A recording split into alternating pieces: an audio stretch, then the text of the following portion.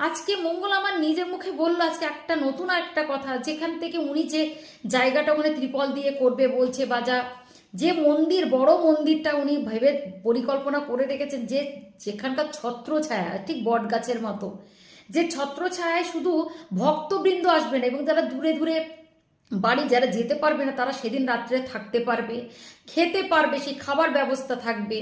এবং সেখানে সমস্ত কিছুর অ্যারেঞ্জমেন্ট তিনি করেছেন, ওয়াশরুম থেকে চান করার জায়গা সবটা।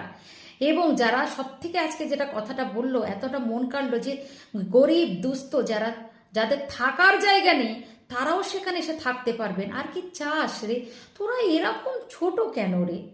হ্যাঁ, যার নামে ভিউজ কামাচ্ছি, তার জন্যে দুটো পয়সা ঘরে আসছে, সেই কৃষ্ণকালীর মায়ের নাম করে ভিডিও বানিয়ে তার মানে মঙ্গলা মাকে অপদস্থ করে, তারপরে বলছে টাকা তুলছে টাকা তুলছে, শুধু টাকা, টাকার ওপরে এত চোখ।